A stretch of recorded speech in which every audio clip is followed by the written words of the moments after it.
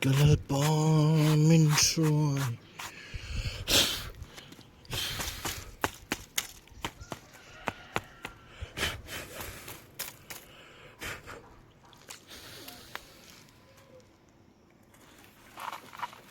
Darul sendolo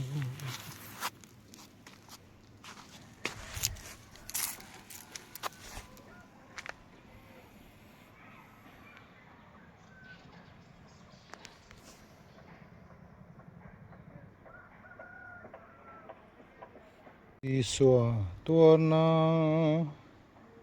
trompui vetu lalpan che asin Krista avanga ro pui na chau hi chang tu kan lo ni lo bây giờ thì cần vấn đề thêm em ta nấu cơm mày lại anh ít hàn chỉ nôm tê thì phải thì anh nhỉ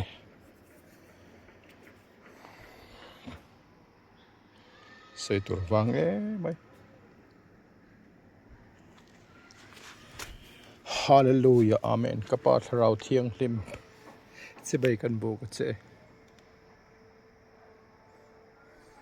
cái mày lẹ mình mày em tu thằng tí chú ít này lo xuôi ta akal na kal ve tu ra kan taksa kan dil ru kan tharau kan ti chak so ngai ni kan pani a kan enkol kan fa te po lo puitling chho ve mi hring lama chuan ma seng tlak cham tam tak bak tam tak kan ania chung kwa le kan pani po a ruam man na kan no nei ve te ti ma bak tam takal omani che chung chuan nangin soi ilo rem dit ta min lo lak sak ta sia min soi ang che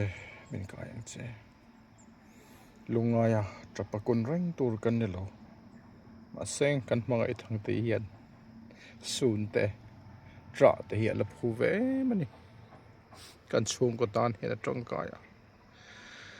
bal som na kan ka na ni kan upui ani mai lova ka thian ania